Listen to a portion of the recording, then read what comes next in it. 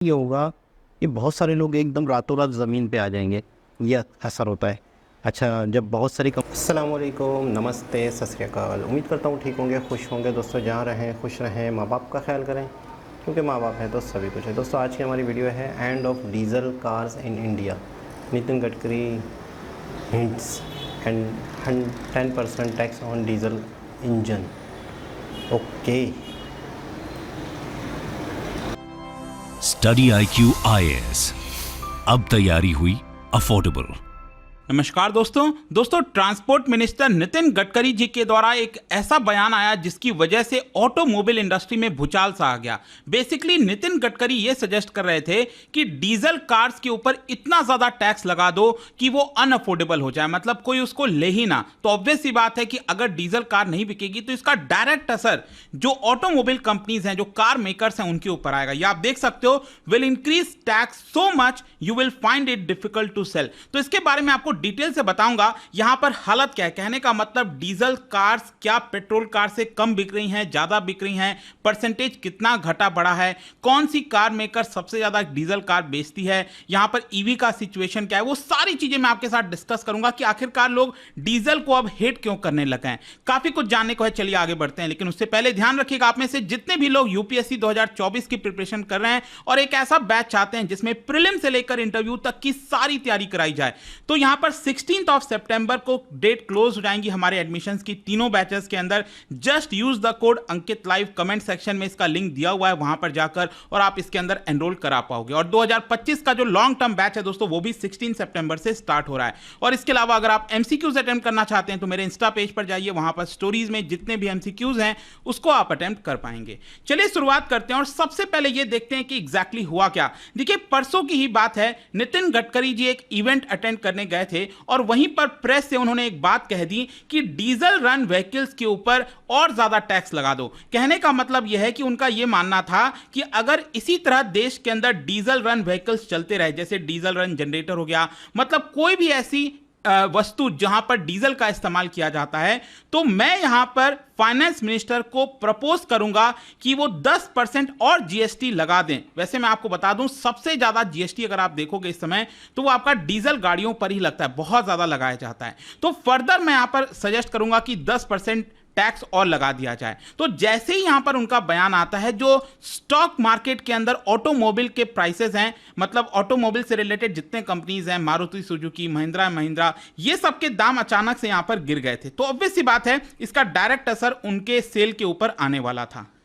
लेकिन यहां पर एक चीज और आपको समझने की जरूरत है कि ऐसा नहीं है कि नितिन गडकरी जी ने कहा कि बैन कर दो, ऐसा कुछ कह दो। वो तो जस्ट ऐसा बस बोल रहे थे पब्लिक में। तो आखिरकार उनके बोलने से इतना असर क्यों गया? क्योंकि क्या है ना कि अभी आप देखोगे तो पॉलिसी सर्कल में, मतलब कि दुनिया भर में आप देखिए तो बार बार यही सजेस्ट किया जाता है कि धीरे धीरे हमें डीजल गाड़ियों को बैन कर देना चाहिए, क्योंकि वो पोल्यूशन ज्यादा करती हैं। इसके साथ साथ आपको याद होगा, जस्ट 3 महीने पहले मैंने भी एक वीडियो बनाया था प्रॉपर, जिसमें आपको बताया था कि पेट्रोलियम एंड नेचुरल गैस के द्वारा जो मिनिस्ट्री है उनका एक कमिटी बनाया गया था और उस कमिटी ने रेकमेंड किया कि जहां जहां पर देश के उन शहरों में जहां पर 1 मिलियन से ज्यादा पॉपुलेशन है, वहां पर 2027 तक जो 4 व्हील डीजल व्हीकल होती हैं, डीजल व्हीकल, उनके ऊपर बैन लगा देना चाहिए। और यहां पर आप देख ही सकते हो, सरकार ऑलरेडी 28% टैक्स लगाती है डीजल गाड़ियों के ऊपर और साथ ही साथ एडिशनल सेस भी लगाया जाता है। और टोटल टैक्स में आपको बता दूं, कुछ डीजल गाड़ियों पर जो टोटल टैक्स है वो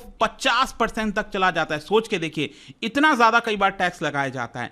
तो क्वेश्चन यहां पर यह है कि आखिरकार डीजल गाड़ियों पर इतना ज्यादा पुशबैक क्यों आ रहा है? देखो, क्या है ना कि भारत सरकार की भी अगर आप नीति देखोगे तो भारत सरकार ने कहा है कि 2030 तक हम चाहते हैं कि भारत के अंदर जो इलेक्ट्रिसिटी का प्रोडक्शन हो वो रिन्यूएबल सोर्स की एनर्जी के थ्रू हो, ताकि हम ग्रीन हाउस गैस एमिशन को रोक सकें। फिर साथ ही साथ हमारा मकसद है कि 2070 तक जो नेट जीरो का एमिशन है, नेट जीरो एमिशन, उसको हम अचीव करें। और भारत में अगर आप देखोगे, जितना भी पेट्रोलियम प्रोडक्ट्स का कंजम्पशन होता है उसमें लगभग 40% डीजल का कंजम्पशन होता है। आप समझ सकते हैं, तो डीजल बहुत ज्यादा कंट्रीब्यूट करता है ओवरऑल कंजम्पशन में। और आप यहां पर अगेन देख सकते हैं कि जितना भी ट्रांसपोर्ट सेगमेंट है उसमें 87% डीजल का ही इस्तेमाल होता है, जिसमें ट्रक और बसेस सबसे ज्यादा इस्तेमाल किए जाते हैं। मतलब ट्रक एंड बसेस का अगर आप देखोगे ना तो 68% डीजल का कंजम्पशन सिर्फ ट्रक और बसेस ही करते हैं। और देश के 3 राज्य उत्तर प्रदेश, महाराष्ट्र, हरियाणा,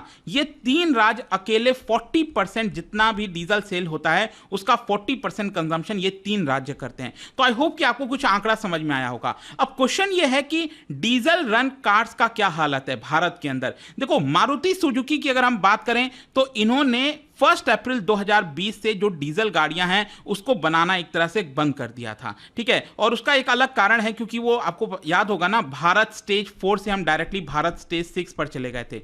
तो इसमें यहां पर मारुति सुजुकी ने कहा कि हम अफोर्ड नहीं कर सकते, मतलब उसमें कॉस्टिंग बहुत ज़्यादा आएगी अगर हम डीजल गाड़ियों को भारत स्टेज 4 से डायरेक्टली 6 पर ले जाएंगे। और इसके अलावा टाटा मोटर्स, महिंद्रा, होंडा, ये सब भी अगर आप देखोगे तो जो छोटी गाड़ियां होती हैं उसमें ये लोग डीजल गाड़ियां निकालना बंद कर दी हैं। 1.2 लीटर डीजल वाला इंजन जो है वो बंद कर दिया गया है। अब डीजल गाड़ियां ज्यादातर क्या होता है, जो बड़े इंजन होते हैं 1.5 लीटर से अबव, वहीं पर आपको डीजल गाड़ियां देखने को मिलेंगी। और देश में कौन सी ऑटोमोबाइल कार मेकर है जिसका सबसे ज्यादा डीजल गाड़ी बिकता है, तो मैं आपको बता दूं महिंद्रा एंड महिंद्रा। जितनी भी डीजल गाड़ियों की सेल होती है उसका 47% अकेले महिंद्रा एंड महिंद्रा का बिकता है, ये आप समझिए। और सोच के देखो जस्ट 2 साल पहले 2021 में 28% हिस्सा ही था। तो क्या हुआ है कि बाकी जो कार मेकर्स हैं उन्होंने अपना डीजल गाड़ी का जो प्रोडक्शन है उसको कम कर दिया, जिसकी वजह से जो इसका पूरा शिफ्ट है वो महिंद्रा एंड महिंद्रा को बेनिफिट देखने को मिला। और बाहर की कंपनीज की बात करें तो कोरिया की जो हुंडई है, किया है, जापान की टोयोटा है, वो सब भी यहां पर गाड़ियां निकाल तो रही हैं, लेकिन अगेन जो रेशियो है वो लगातार आपको कम देखने को मिलेगा। और इसकी वजह से क्या हुआ है, 2013 में आप देखिए जितनी भी पैसेंजर व्हीकल्स होती थी 2013 में डीजल गाड़ियों का जो ओवरऑल डिमांड था वो 28.5% था। और आज के डेट में आपको पता है कितना हो गया, ये घटकर 16.5% हो गया। कहने का मतलब ये है कि डीजल गाड़ियों की सेल लगातार गिरती जा रही है। क्वेश्चन आपके मन में यह भी आएगा कि इतना नेगेटिविटी क्यों होते जा रहा है डीजल गाड़ियों की तरफ। देखो इसके कई कारण हैं।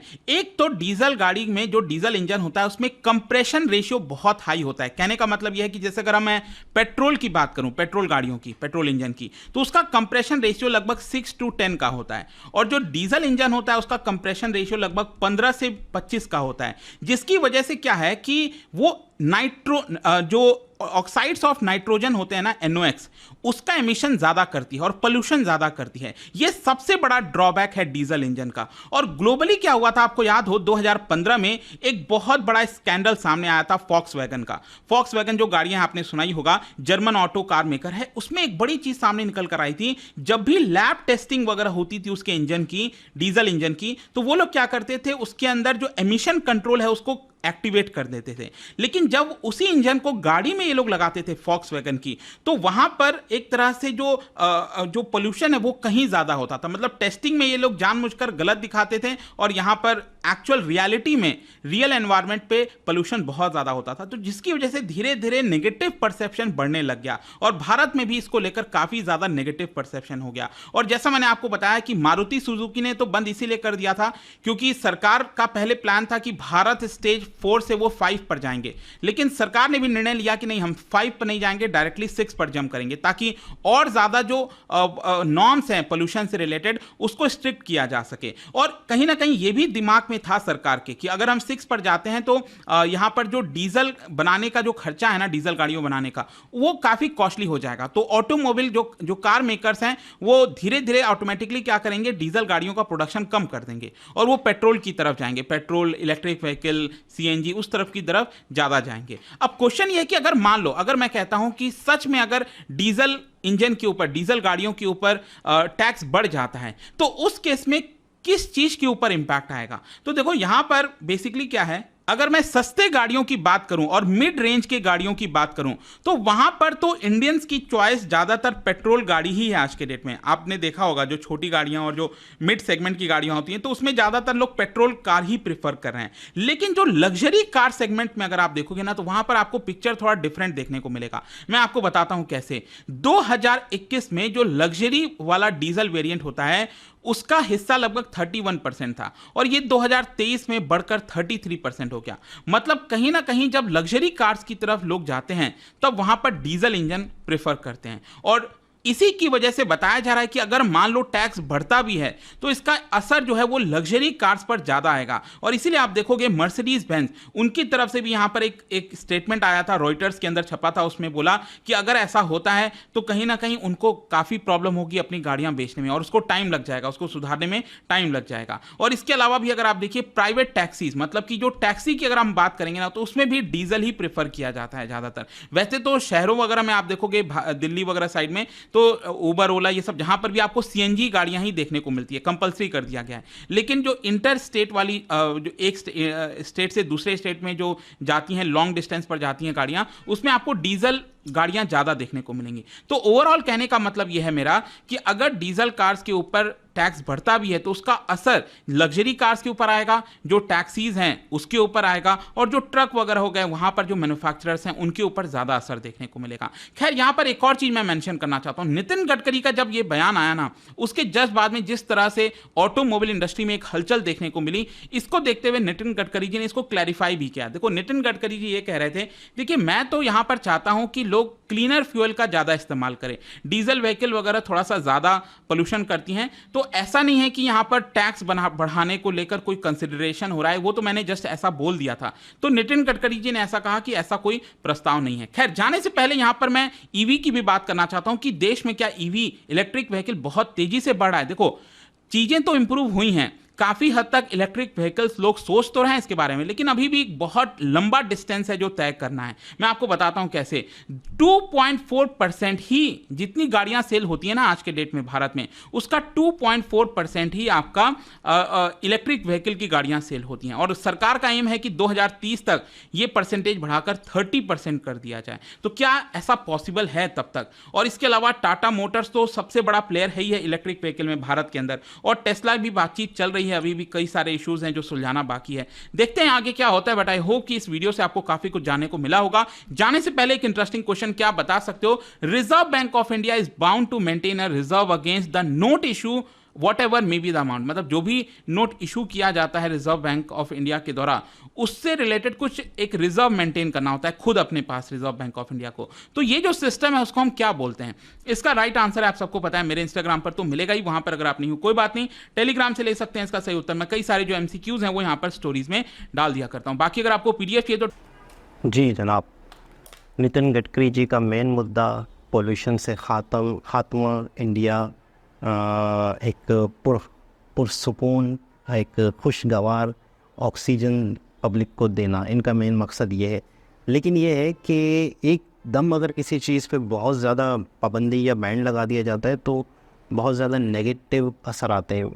मिसाल के तौर पे अगर टैक्स लगाना है तो आहिस्ता आहिस्ता आहिस्ता आहिस्ता बढ़ेगा और आहिस्ता आहिस्ता लोग रिप्लेस करेंगे चीज़ों को। मिसाल के तौर पर एक शख्स ने अभी पिछले ही महीने कुछ गाड़ी ली हो डीजल, और या कुछ लेना चाह रहे हो, कुछ इस तरह का बिज़नेस करना चाह रहे हो कि जिसमें डीजल गाड़ियां हैं, तो एकदम से अगर इतने ज़्यादा टैक्स बढ़ जाएंगे तो उसका असर ये होगा कि बहुत सारे लोग एकदम रातों रात ज़मीन पे आ जाएंगे।